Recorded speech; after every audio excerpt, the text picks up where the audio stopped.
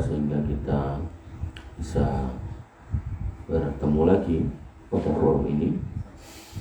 Kita melanjutkan materi kita sebelumnya, yaitu perbedaan pria dan wanita dalam urusan haji dan umroh. Kita masuk di bab larangan-larangan ihram terkait dengan pakaian berjahit. Yang pertama, memakai pakaian berjahit bagi wanita yang berihram. Seorang pria tidak boleh mengenakan pakaian berjahit semasa ihramnya. Ya. Ini bukannya udah kemarin?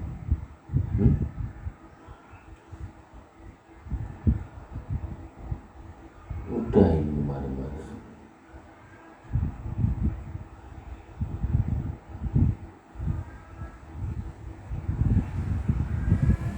Udah ini, sampai ini loh, menutup kepala. Jadi nanti kalau kamu mau buka materi baru, kamu cek di Instagram dulu sampai mana gitu. Ya, atau cek di YouTube sampai mana. Dan nggak ngulang-ulang. Kita sampai di menutup kepala. Pertama, menutup kepala bagi pria yang berihram.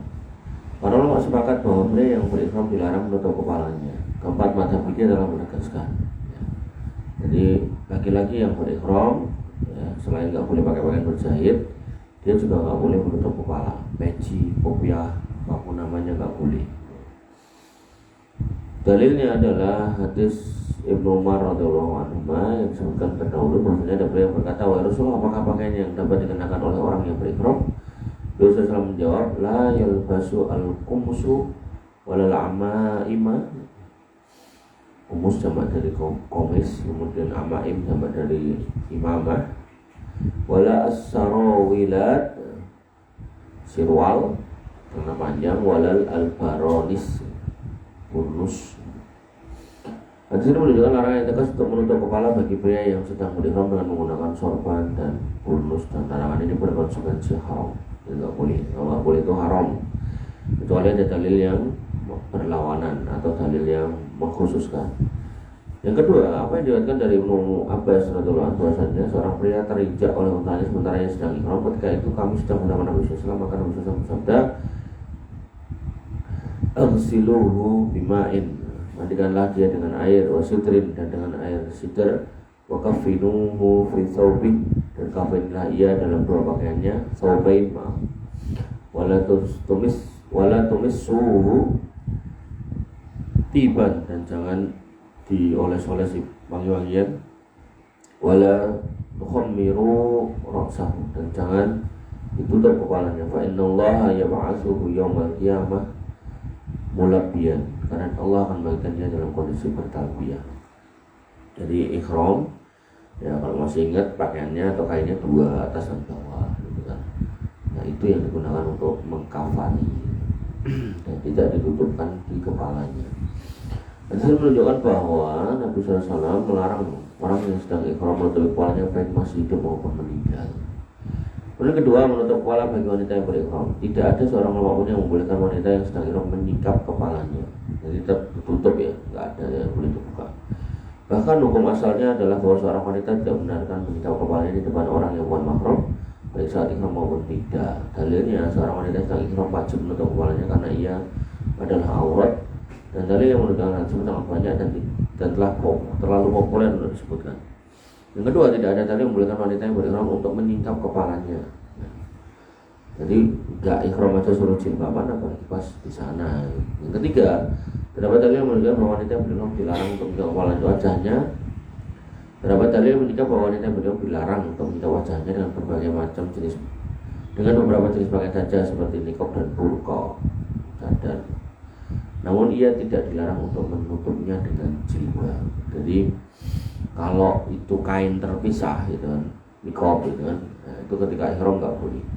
Tapi kalau kemudian dia pakai jilbab gitu kan, terus sampai ditarik gitu sambil dipegang tentunya, itu masih diperbolehkan. Mobil khusus ketika ketemu dengan laki-laki, papasan dengan laki-laki ya. Dapat dalam hadis Ibnu Umar radhiyallahu anhu, di dalamnya Nabi SAW bersabda, "La yantakibu." Janganlah seorang wanita al-mar'atu al-muhrimatu yang berihram memakai niqab dan takib. Wala talbasu al kufazain, dan jangan menggunakan kaos tangan. Jadi kaos tangan nggak boleh. Hadis terdahulu dari hadis Ibnu Umar radhiyallahu anhu. Jadi yang dilarang ini niqab sama sarung tangan. Ya, kalau kaos kaki boleh. Hadis terdahulu dari Ibnu Umar radhiyallahu anhu. Anahu sampai Rasulullah SAW, bahasa beliau dengan Nabi SAW, naha an-nisa fi ihmarihinna anil kufazain wan niqab. Maksudnya Nabi SAW melarang wanita dalam menggunakan ihramihinna saat ihram, fi ihramihinna saat ihram, anil kufazain dari sarung tangan atau kaos tangan, wan niqab dan niqab. Ini menunjukkan bahwa wanita yang ihram diharamkan menutup wajahnya dengan sesuatu yang memang dilarang oleh syariat, yaitu niqab dan juga burqa, dan dia boleh menutupnya dengan apa yang tidak dilarang oleh syarat saat ihram tadi, di jilbabnya. Atau misalnya dia bawa sapu tangan, tutupin. Kesimpulannya bahwa seorang pria yang sedang berihram harus menyingkap kepalanya, berbeda dengan wanita yang berihram. Ia wajib menutup kepalanya dan wajah selain niqab dan burqa. Sarung tangan nggak boleh. Kemudian mengenakan kuf, alas kaki. Seorang yang sedang ihram tidak boleh mengenakan sepasang kuf kecuali jika ia tidak mendapatkan sepasang sandal, maka ia boleh mengenakannya. Dan ini adalah pendapat keempat mazhab fikih. Kuf itu alas kaki, ya bisa bermakna sepatu, bisa bermakna kaos kaki. Dalilnya satu hadis terdahulu dari Ibnu Umar radhiyallahu anhu, di mana di dalamnya Nabi SAW bersabda, la yalbasu al-qumus walal khifaf. Tidak boleh seorang yang berihram untuk memakai gamis, walal khifaf sama dari khuf, illa ahadun, kecuali seseorang la yajidu na'lain, yang tidak dapat mendapatkan dua sandal, fal yalbas khufain, silakan kalau mau pakai khuf, wal yaqta'huma asfala minal ka'bain, dan potong bagian depannya. Jadi yang namanya khuf itu disifati khuf itu karena nutup kaki. Nah, boleh dipakai dengan cara dipotong bagian bawah ya, bagian bawah kedua mata kaki, minal asfala minal, bagian bawah kiri.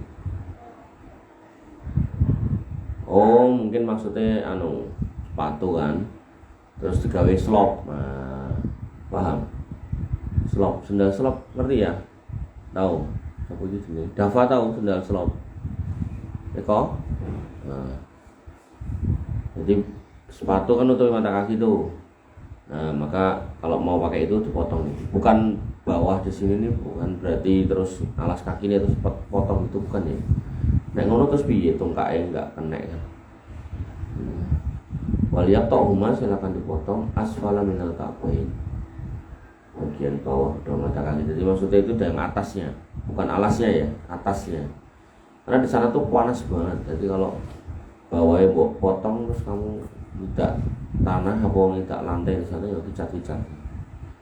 Yang kedua, dan ini mungkin dulu tawaf di sana mungkin tanah ya, jadi masih boleh pakai sandal ya. Sekarang di sana itu udah dikasih marmer ya, marmernya dingin. Kalau di dalam ya, kalau yang saya bilang panas itu di luar ya, marmernya dingin karena kiri kanannya kena AC, jadi dingin.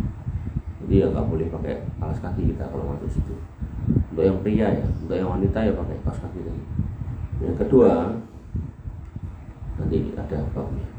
Apa yang diriwayatkan dari Ibnu Abbas radhiyallahu anhu, ia berkata, kemudian Nabi SAW berkhutbah di Arafah, "Faman yajid an-na'lain," siapa yang enggak dapat sandal, fal yalbas al-khufain, silakan pakai khuf. Faman lam yajid izaron, siapa yang enggak punya sarung, fal yalbas sarawila lil muhrim, silakan pakai celana bagi yang berihram. Nah, ini konteksnya di Arafah. Kalau benar-benar enggak dapat ya, tapi kalau ya namanya orang mau ke sana itu dipersiapkan, jadi jangan sampai enggak punya. Dan kedua, memakai khuf buat wanita yang berihram. Para ulama sepakat bahwa wanita yang berihram dibolehkan menggunakan khuf. dan tidak ada keraguan bahwa kaki seorang wanita adalah aurat, maka bagaimana mungkin dia menampakkan di depan pria yang bukan mahramnya. Ya, jadi kalau bahasanya seperti ini, ya kan, maka tadi kenapa kok muka sama telapak tangan itu nggak boleh ditutup? Karena memang ulama itu khilafnya di situ, khilaf tentang wanita, ya kan, itu di muka dan telapak tangan. Artinya kalau misal kita yang mengambil pendapat yang menutup muka dan telapak tangan di kehidupan sehari-hari, ya silakan. Tidak usah kemudian berpendapat bahwasanya kita lebih baik daripada yang enggak. Karena sebenarnya kalau dalam konteks ihram, ya, maka muka dan telapak tangan itu malah nggak boleh ditutup. Ini menunjukkan bahwasanya ada kelonggaran sebenarnya. Nah, tapi kalau memang, ya kan, misal kita hidup di satu tempat yang memang ada potensi fitnah, atau mungkin kita punya suami yang sangat pencemburu, gitu kan. Dan ini solusi, mas, kalau kamu ini orang yang pencemburu luar biasa, ya maka apalagi misal istrimu cantiknya luar biasa, ya, maka dikasih niqab itu lebih aman, ya, daripada dilihatin orang nanti masih diikutin orang, ya. Tapi kalau kemudian dia nggak mau atau kemudian ilmunya belum nyampe, gua ajari ya belum paham, ya pelan-pelan. Karena nanti ada wanita itu yang belum paham terus disuruh cadaran sama suami ini manut, begitu suami ini meninggal copot gitu. Atau misal pas di pesantren kayak niqab, begitu lulus sama orang tuanya atau mungkin keinginan dia kuliahnya di sekolah umum, copot gitu. Nah, maka apa namanya, pentingnya kamu itu nyari iklim pendidikan yang baik, gitu. Misal kayak Mas Dafa kemarin kan ngomong Arab kuliah yang itu yang kemarin itu kan saya nggak izinkan karena kamu kesini dari pesantren, nanti kamu masuk situ kamu nggak kelihatan bekas pesantrenmu, malah kayak kelihatan dari bekas penjara kamu, kayak orang bebas gitu, kayak singa lapar dilepas gitu. Ya. Dalil hadis yang disebutkan sebelumnya yaitu Abdullah bin Umar radhiyallahu anhu berkata, "Annahu sami'a Rasulullah sallallahu alaihi wasallam," maksudnya beliau mendengar Nabi sallallahu alaihi wasallam, "Naha an-nisa fi ihmarihinna," melarang para wanita dalam pakaian ihramnya, "anil kufazain," yaitu dua sarung tangan, wa niqab, dan kemudian cadar, wa mamassa al-warsu waz-za'faran minas thiyab, dan kemudian memakai za'faran, wal talbas ba'da dzalika ma ahabbat minal alwan asyab mu'asfaron au khazan au khuliyan au sarawila au komison au khufan. Jadi itu dibolehkan, banyak dibolehkan. Bahasanya yang nggak boleh itu niqab, sarung tangan, serta wangi-wangian, al-waras, az-za'faron. Za'faron itu tadi za'faron itu ada bekasnya gitu, jadi kayak kuning-kuning gitu. Kemudian, nah ini semua dibolehkan. Wal talbas, silakan. Ba'da dzalika, jadi selain yang ini tadi silakan. Ma ahabbat, yang memang dipengini, yaitu apa? Di sini dikatakan minal alwan, jadi pakaian yang dicelup, jadi pakaian yang memang diwarnai. Oh, yang di atas ini pakaiannya putih tapi ada bekas za'faronnya, itu nggak boleh. Atau kok pakaiannya bekas-bekasnya pewangi gitu loh. Nanti orang akan ngerti, parfumnya apa ki? Penasaran gitu loh. Nah, itu yang bikin laki-laki itu kadang itu terus terfitnah gitu. Tapi kalau emang kainnya semuanya ini diwarnai gitu, misal dia pakai pakaian warna biru atau merah gitu, atau hitam atau hijau tua gitu, maka itu malah boleh sekalian itu. Kemudian mu'asfaron, asyabu mu'asfaron au khazan gitu, atau sutra gitu, au khuliyan sutra, au sarawil sirwal celana, au komison au khufan, atau gamis boleh, atau kuf boleh, jadi semua boleh. Pokoknya yang nggak boleh adalah niqab, sarung tangan, sama wangi-wangian. Wangi-wangian baik yang kelihatan warnanya atau enggak. Dengan demikian menjadi jelas bahwa seorang pria yang berihram tidak boleh memakai pria. Oh iya, pria yang di atas ya tidak boleh memakai khuf kecuali jika ia tidak mendapatkan sepasang sendal. Ini kurang ya. Nah, dia boleh pakai khuf atau sepatunya tapi dipotong. Ka'bainnya, mata kakinya kelihatan. Adapun wanita yang berihram maka ia boleh menggunakan sepasang khuf meskipun dia mendapatkan sepasang sendal. Nah, yang menarik sekarang ya kan, ada toh sepatu-sepatu yang bagian belakangnya itu nggak nutupi mata kaki, gitu, kayak Skechers atau apa itu kan, pendek-pendek toh, atau mungkin malah bawa slop sekalian dari Indonesia. Nah itu solusi juga. Ya, atau mungkin sendal-sendal kayak merek kayak Crocs gitu kan, depannya ketutup tapi belakangnya bagian mata kakinya nggak ketutup, itu malah solusi juga, dari awal bisa dibawa bisa dipakai. Wallahu ta'ala alam. Kita masuk di pembahasan ketiga yaitu tentang talbiyah. Talbiyahnya pria disunahkan untuk meninggikan suaranya saat melakukan talbiyah, dan pendapat ini dipegang oleh jumhur ulama, di antaranya para imam yang 4. Dalilnya apa yang diriwayatkan oleh Al-Khalad bin Al-Sa'id dari ayahnya radhiyallahu anhu, ia berkata Rasulullah bersabda, "Atani Jibril wa amaroni an amura ashabi." Jibril mendatangiku dan memerintahkanku untuk menyuruh sahabat-sahabatku ayyarfa'u, untuk meninggikan aswatahum, suaranya, bil ilhal, yaitu dengan ilhal itu tahlil, wa talbiyah, dan talbiyah. Labaik Allahumma labaik, yaitu talbiyahnya. Labaik la syarika lak labaik, innal hamda wa ni'mata laka wal mulk la syarika lak. Di sini menunjukkan bahwa pengerasan suara dalam bertalbiyah dihususkan untuk pria, karena para sahabatku yang dimaksud adalah kalangan pria. Dan apa yang diriwayatkan dari Anas radhiyallahu anhu, dia berkata, sholat Nabi Shallallahu Alaihi Wasallam bil Madinah, Nabi SAW mengerjakan sholat di Madinah ad-duhra, duhur, arba'an, 4 rakaat, wal asr, dan asar, bidil khulaifah, yaitu di Dzul Khulaifah, rakaatain, 2 rakaat, wasami tuhum, dan aku mendengarkan mereka yasrukhuna, mensorihkan, bihima jami'an, mensorihkan talbiyah pada keduanya, yaitu haji dan umroh. Jadi Dzul Khulaifah ini mikot kalau orang datang dari Madinah. Di sana ada masjid, saya lupa namanya masjid apa. Kamar mandinya banyak sih. Ibnu Hajar rahimahullah mengatakan hadis ini merupakan landasan bagi para mayoritas ulama untuk menunjukkan bahwasanya sunnahnya mengeraskan suara dan talbiyah. Kemudian yang ketiga, apa yang diriwayatkan dari Abu Bakar As-Siddiq radhiyallahu anhu, bahwasanya Nabi SAW ditanya haji manakah yang paling utama, dia menjawab al-hajju was-sajju, haji yang mengeraskan suara dan talbiyah dan mengalirkan darah ketika hewan kurban. Jadi bertalbiyah keras kemudian berkurban. Dan yang menarik sebenarnya sunnahnya itu takbir itu ada 2, takbir mutlak sama muqayyad. Mutlak itu bisa dimulai dari sekarang, kemarin nih malah. Ini kan udah 2 Dzulhijjah ya, kemarin bisa takbiran gitu kan.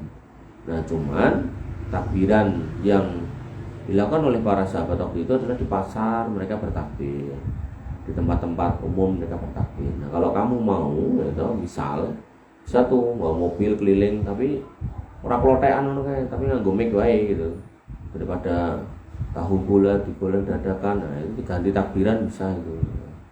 Ya, tapi ora perlu nganggo suara klothekan ya. Nah, jadi ambil aja atau download aja suara takbirane Masjid Haram gitu kan, masukin gitu ke flash disk atau apa gitu kan. Nah, dinyalakan tuh di tip mobil itu kenceng-kenceng, itu bisa. Sambil keliling muter-muter nih. Boleh.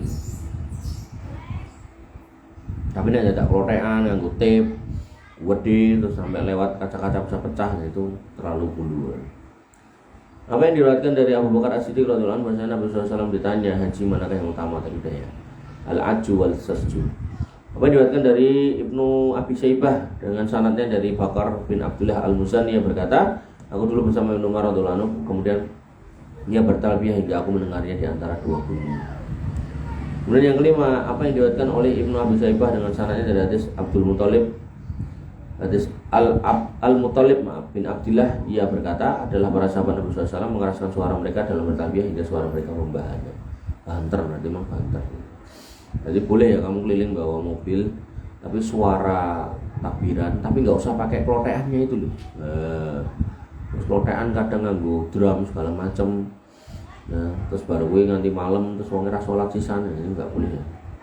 Yang kedua, talbiyahnya wanita gimana? Seorang wanita juga melakukan talbiyah karena ia termasuk dalam keumuman yang terdapat dalam perintah melakukan talbiyah bagi seorang yang menunaikan haji dan menyatakan niat untuk memasuki ritual manasik haji atau umroh. Namun sifat talbiyah ditetapkan dengan syarat adalah cukup dengan didengarkan oleh dirinya tanpa mengeraskan suaranya, dan ini adalah pendapat jumhur ulama.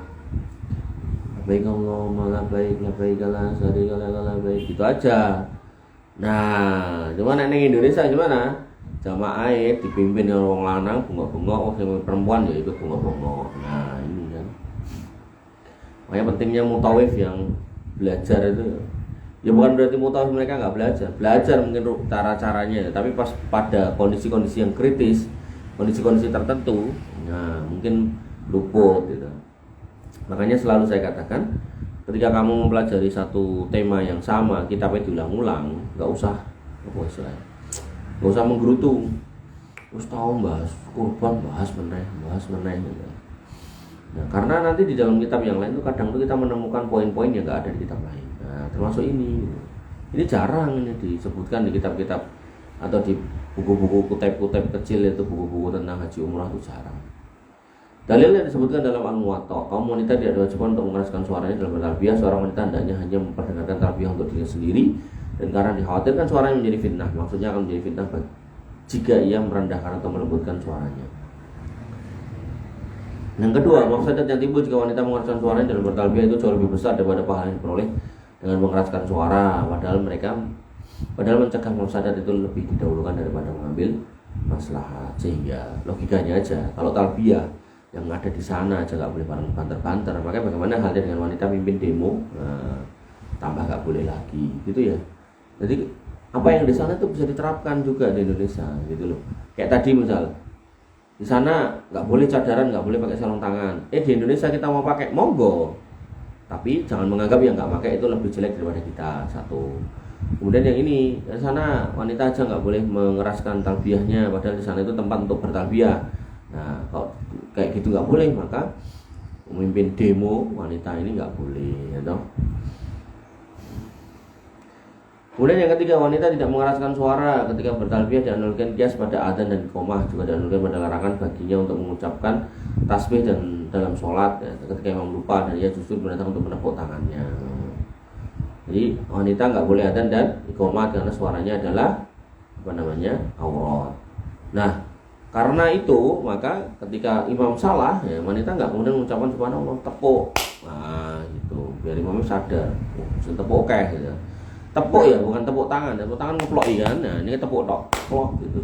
Nah, tuh. Kemudian termasuk gitu, dalam bab kurban kalau masih ingat, wanita boleh kurban. Tapi nek akeh wong lanang, wanitanya pengen beleh itu nggak boleh. Bukan karena nanti nggak sah kurbannya, bukan. Karena nanti dideloki wong lanang terus jadi fitnah. Pola pemenah nek urusane karo kewan kan petakilan sikile dunggah-unggah ke ya, nanti kesingkaplah itu auratnya, maka itu menjadi tambah gak karu-karuan gitu ya.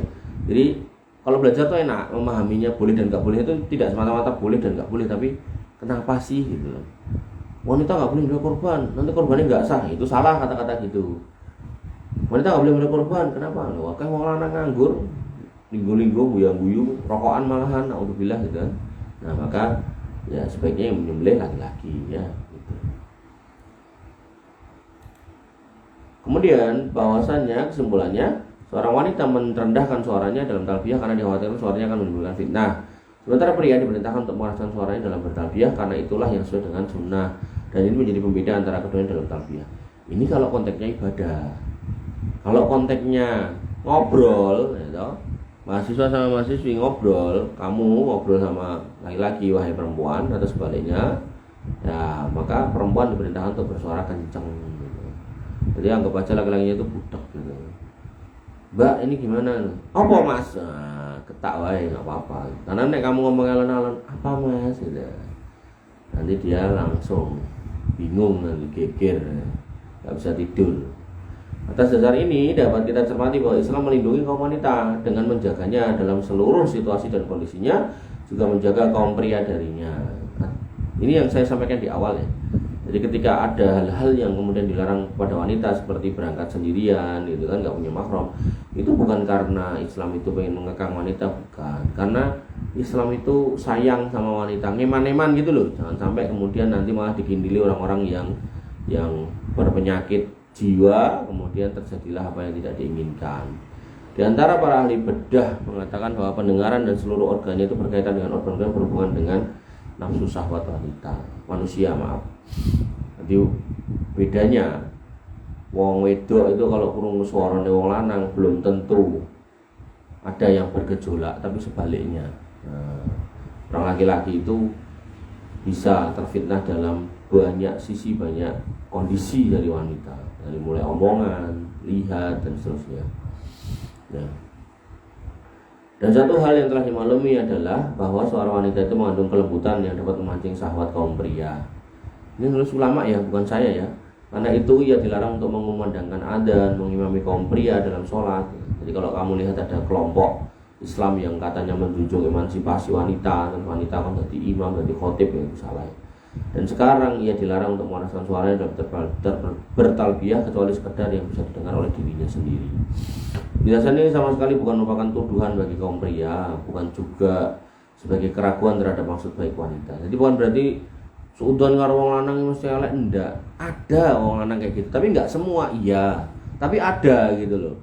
Nah, yang ada ini khawatirnya nanti kalau dia benar-benar enggak bisa nahan, akhirnya kemudian terjadilah hal-hal yang kemudian bisa merugikan seorang wanita. Ini pencegahan. Ini tidak lain merupakan upaya untuk menutup jalan ya, pencegahan tadi kepada keburukan dan upaya untuk menempuh jalan yang paling hati-hati, melindungi kalian. Maka segala sesuatu yang dapat menjadi jalan untuk melakukan sesuatu yang diharamkan, syariat Islam pasti menutup semua pintunya, dan ini merupakan salah satu bukti keagungan dan kemuliaan syariat Islam. Ya. Allah Ta'ala alam. Kita masuk di pembahasan yang keempat, tawaf. Pertama, al-irtiba. Definisi al-irtiba yaitu ketika orang melakukan tawaf, memasukkan bagian tengah kain penutup pundaknya di bawah ketiaknya, kemudian meletakkan kedua ujungnya di atas pundak kiri, ya, sehingga menutupi bagian dada dan punggungnya. Wih, jadi kemudian itu praktek ya. Jadi kainnya yang pertama taruh di bawah sebagai sarung, dan yang kedua itu diselempangkan gitu, dari tengah itu dimasukkan ke ketiak, ketiak kanan. Iya. Itu nih kain ihram. Jadi miring sini, taruh di ketiak sini, ujungnya taruh di bahunya yang kiri. Dan menutup bagian dada dan punggung yang kiri. Nah, itu al-ittiba. Pertama hukumnya, pendapat yang rajih kuat dalam masalah ini bahwa al-ittiba adalah sunnah pada saat melakukan tawaf. Jadi tawaf posisinya kayak gitu, kainnya miring ke kanan. Jadi yang ketutup bahu kiri gitu kan. Nah, ini adalah pendapat dari kalangan ulama Hanafiyah, Syafi'iyah, dan Hanabilah. Dalilnya apa yang diriwayatkan dari Abu Ya'la bin Umayyah radhiyallahu anhu, ia berkata, "Tawafa Nabi sallallahu alaihi wasallam multabi'an bi burdin akhdar." Maksudnya Nabi SAW melakukan tawaf sambil melakukan irtiba dengan kain burdah hijau. Nah, jadi kalau masih ingat, kain ihram itu ya toh gak adus putih ya, tapi gak boleh berjahit. Jadi yang dilarang itu berjahit, bukan warnanya. Nah, di sini menggunakan kain hijau. Tapi kalau emang uruf kita pakai putih, ya sudah, ikut aja, nggak apa-apa.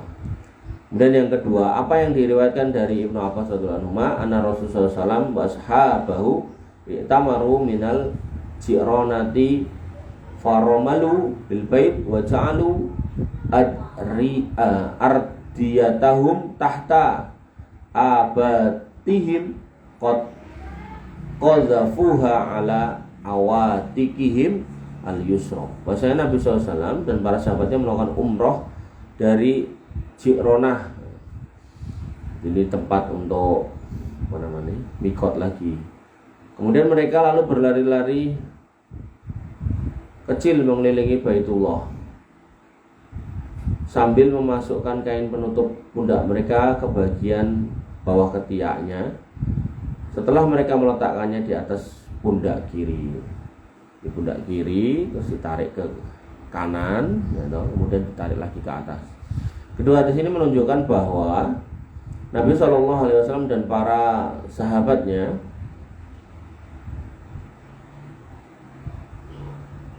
radhiyallahu anhum melakukan ittiba pada saat tawaf. Dengan demikian ittiba bagi pria pada saat melakukan tawaf merupakan sunnah. Kemudian kedua, hukum ittiba bagi wanita. Tidak ada satu ulama pun yang mengatakan bahwa ittiba itu disyaratkan buat wanita. Bahkan mayoritas ulama menegaskan tidak disyaratkan ittiba bagi wanita, karena wanita bebas pakai pakaiannya. Itu dalilnya apabila seorang wanita melakukan ittiba, maka sudah pasti ia harus menampakkan kedua tangan dan pundak kanannya. Dan ini perkara yang diharamkan, ya, karena ia diperintahkan untuk menutup seluruh tubuh, dan karena itu wanita disyaratkan untuk memakai baju berjahit, ya. Jadi harus tertutup kecuali muka dan telapak tangan tadi. Kemudian yang kedua, iltiba ini disyaratkan untuk menampakkan kekuatan dan keteguhan. Hal ini tidak dituntut untuk dilakukan oleh wanita, tapi seorang pria. Kemudian yang ketiga,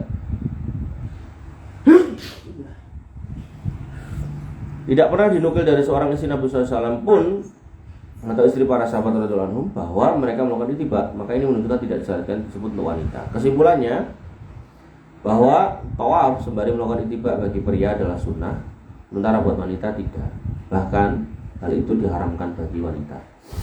Terkait tidak ada dalil syar'i yang tegas melarang kaum wanita melakukan ittiba, di mana hal itu masuk dalam dalil umum yang menunjukkan kewajiban untuk menutup seluruh tubuh dan tidak menampakkan bagian manapun, ya, dari tubuhnya, karena itu tidak diperlukan lagi pengulangan terhadap apa yang telah ditetapkan oleh syariat. Artinya kalau di atas tadi diperbolehkan pakai ini, berarti ya bukan berarti itu terus ini kan nggak disebutkan, ya, berarti ini juga termasuk hal yang dilarang. Kemudian yang kedua, ar-ramal. Ar-ramal adalah mempercepat jalan dengan mendekatkan langkah kaki dan menggerakkan kedua pundak. Pokoknya jalan cepat itu. Posisinya lebih dari sekedar berjalan biasa, namun di bawah posisi berlari. Artinya yang dimaksud ya antara ya tadi jalan cepat tadi, antara lari sama jalan. Lari kan kadang ada satu kondisi di mana kaki itu melayang dua-duanya. Nah, jalan itu satunya mesti nebak. Nah, ini jalan cepat. Jadi nggak sampai dalam posisi lari, tapi jalannya lebih cepat. Pertama, hukum ramal bagi pria. Seorang pria disunahkan untuk berjalan cepat pada 3 putaran pertama. Ketika melakukan tawaf qudum, tawaf pertama ketika mendatangi Baitullah. Dan ini pendapat 4 madhab. Dalilnya apa yang diriwayatkan dari Abdullah bin Umar radhiyallahu anhu, anna Rasulullah SAW kana idza tawafa fil haji wal umrah awwala ma yaqdamu sa'a salasata atwafin wa masya arba'atan. Bahasa Nabi SAW kalau tawaf dalam haji dan umrah pertama kali datang, maka beliau berjalan cepat 3 putaran pertama, lalu berjalan biasa 4 putaran. Ini sunahnya. Tapi kalau kondisinya crowded, macet, mampet, rame, sumpek, nah, maka kalau nggak bisa ya nggak usah. Kadang ada orang tuh memaksakan, rame gitu kan, mampet gitu, tetap melayu, tetap jalan cepat, akhirnya nubruk. Ini kurang tepat ya. Jadi kalau sunnah ketemu dengan dolim, kan dolimi orang ninggol gitu. Nah, maka sebaiknya didahulukan mencegah atau menghindari kedoliman daripada mengejar sunnah. Apa? Masanya ngantuk, suruh mandi. Yang kedua, juga hadis lain dari Ibnu Umar radhiyallahu anhu, anna Rasulullah sallallahu alaihi wasallam kana idza tawafa bil bait at-tawaf al-awwal habba salasan wa masya arba'an. Misalnya Rasulullah SAW jika melakukan tawaf yang pertama di Baitullah, maka beliau berjalan dengan cepat dalam 3 putaran dan berjalan biasa dalam 4 putaran. An-Nawawi rahimahullah mengatakan berjalan cepat itu sunahkan dalam 3 putaran pertama dan 7 putaran tawaf. Namun itu tidak disunahkan kecuali dalam tawaf umroh dan dalam 1 tawaf haji.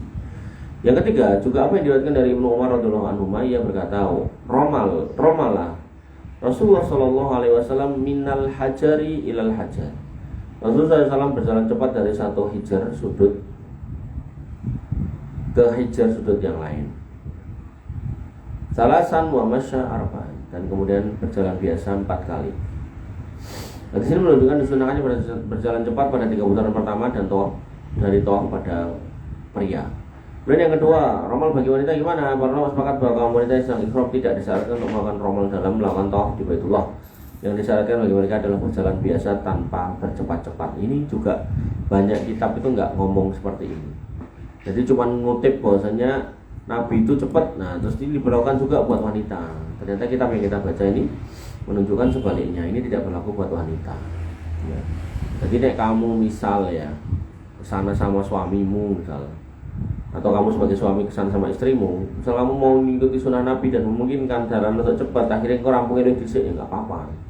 Cuman saran saya, suami yang selesai duluan atau laki-laki saya duluan itu juga ngamati dulu, ngamati orang tuanya atau ibunya atau kakaknya atau adiknya yang perempuan ini yang sedang tawaf atau istrinya itu. Jangan terus toko dhisik, rampung dhisik terus tinggal ngopi kan, itu kurang tepat.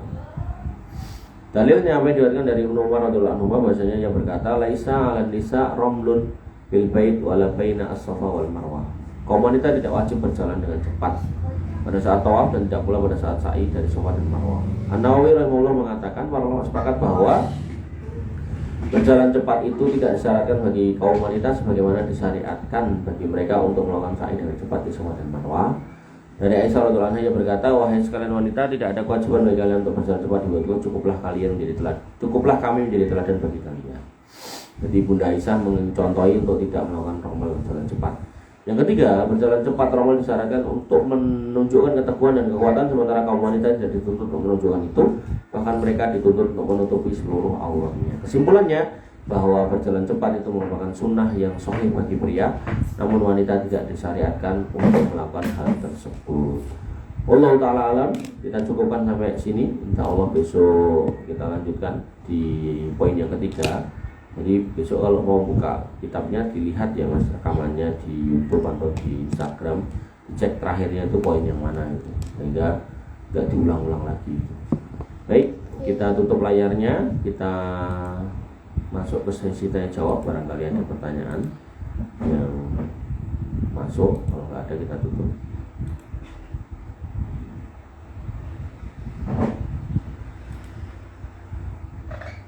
Pertanyaan, saya sering mengalami gatal-gatal yang tiba-tiba pada telapak tangan, dan ketika gatal itu datang langsung terlintas bahwa pikiran saya bahwa saya mau mendapatkan uang. Gatal ya. Saya mau mendapatkan uang. Tapi di sisi lain saya juga mohon agar Allah jaga dari kesyirikan dengan membaca ta'awudz dan berpikir bahwa sesuatu telah terjadi pada saraf di tangan saya sehingga menyebabkan gatal tersebut, dan ini terus berulang-ulang. Bagaimana yang harus saya lakukan agar tidak terlintas pikiran yang tidak terlintas pikiran akan mendapatkan uang ketika ada rasa sakit gatal. Baik, ketika kita ngomongkan uang itu adalah rezeki itu adalah barang gaib ya, barang gaib yang tahu hanya Allah. Maka semua kejadian yang kita lihat kita kaitkan dengan yang gaib yang akan terjadi sama kita, itu namanya tatoyur. Oh, krungu swara manuk renjak berarti mau dapat duit, ya itu tatoyur. Oh, lihat kupu-kupu berarti mau dapat rezeki, tatoyur. Oh, dengar suara burung hantu nanti ada orang mati, tatoyur. Karena ketika dikaitkan dengan barang gaib maka itu jatuhnya tatoyur ya. Tapi kalau misal kamu dagang, oh ada pembeli datang berarti aku mau dapat duit, nah itu nggak tatoyur, bener gitu kan, karena itu nggak gaib, jelas orang datang mau beli mesti ngasih duit toh. Nah, walaupun bisa jadi dia nggak jadi beli tekok tok ya nggak apa-apa, tapi kan ada potensi mau dapat, itu nggak apa-apa.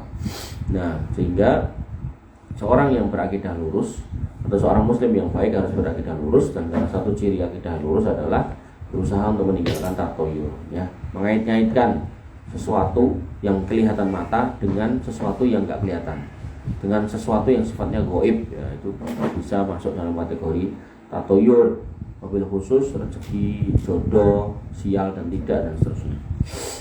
Oh, ini aku kok beberapa kali ketemu sama kucing warna putih, nanti ini pertanda aku bakal dapat pasangan yang kucing yang warnanya putih, yang kulitnya putih. Nah, ini juga nggak benar juga kayak gitu, tatoyur lagi. Mau ketemu nih kucing ireng terus pasangan ireng, berarti enggak juga. Wallahu ta'ala. Dan selanjutnya, apakah kita harus bersolawat ketika kita berkumpul nongkrong kongko-kongko atau yang lainnya?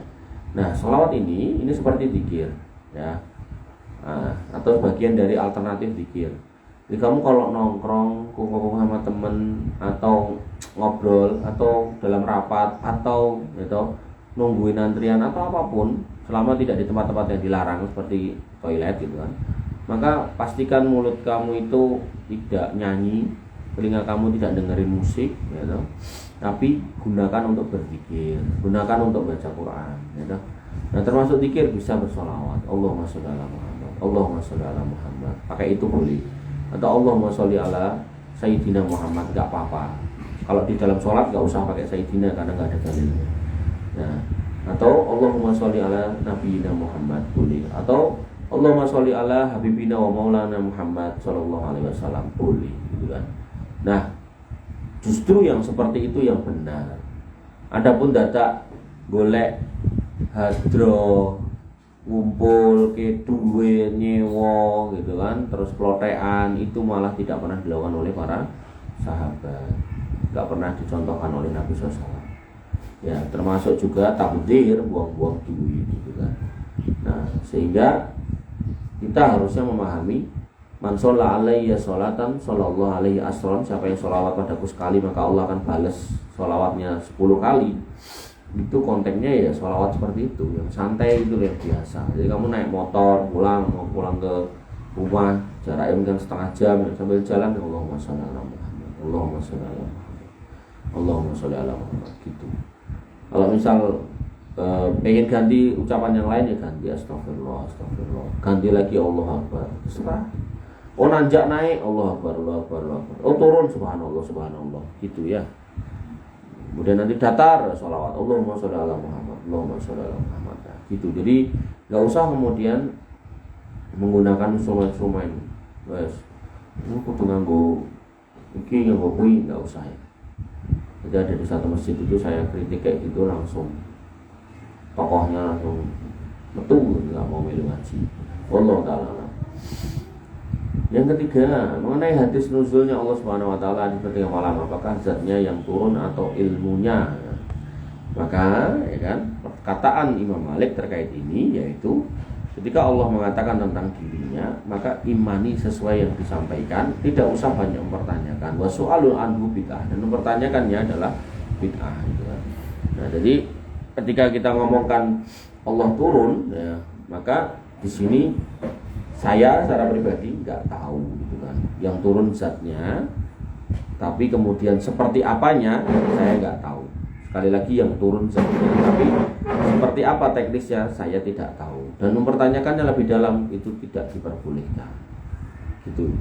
Sebagaimana Allah kemudian menyatakan ya Allah fawqa aydikum, tangan Allah di atas tangan kalian, itu kita terima bahwasanya Allah itu punya tangan. Tangannya seperti apa? Saya tidak tahu. Mempertanyakannya itu sebuah pertanyaan yang keliru. Nah, kapan kita akan tahu? Nanti ketika kemudian kita sudah masuk surga, semua yang kita minta dikasih oleh Allah Subhanahu wa taala.